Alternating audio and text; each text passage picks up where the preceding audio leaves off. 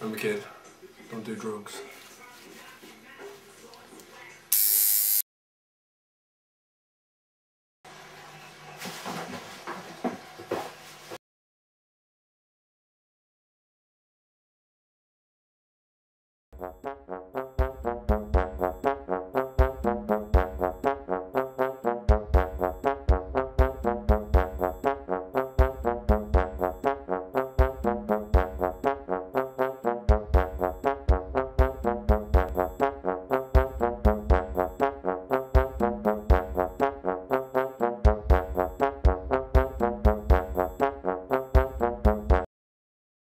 So, do you want to go through some of the equipment you use? Yeah, can do. Yeah, right. First of all, obviously, there's a machine. Yeah. You generally have more than one. How many machines do you actually own in I think we've got 5 or 6 in this studio that we altogether? would use. They all serve different purposes. That one, for instance, is a liner. Use And that. it's used for putting the outlines down. And that one is what we call a shader, and it's used for colouring in and Shading. putting shading and things, obviously.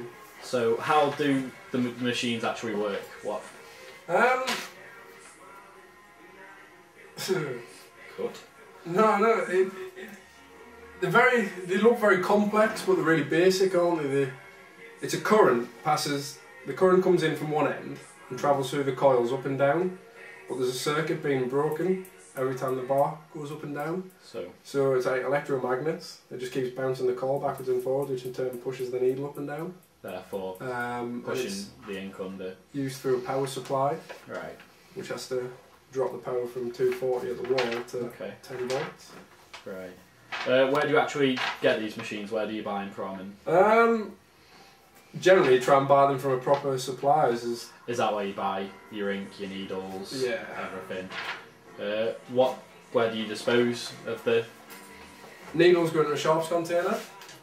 That gets burned, does it? It's an incineration. Yeah, it gets incinerated. We have waste collection companies that come and take them away. Rubbish goes into 2 separate bins. Is that your peg towels, stuff like that? Yeah. Blooded paper towels goes in clinical waste, and general just packets of things, and tongue depressors go into domestic waste. Right. Anything with blood on generally goes in clinical.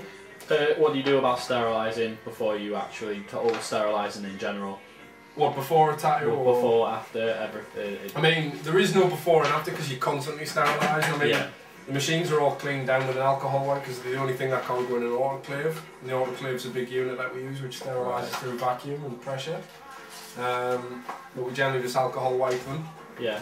Do you want to show some of the needles that are actually used with the tattoo?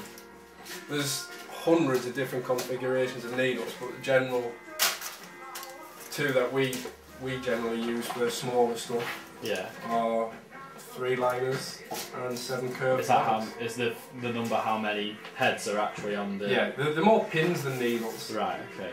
And the mags are more laid out flat. So is that for colouring and? Right. Do you have to go through a lot of first aid about like if people pass out while? Do you have to be trained in all that? Yeah, I mean, you've got to be trained in first aid. That's a given with any job, really. Yeah.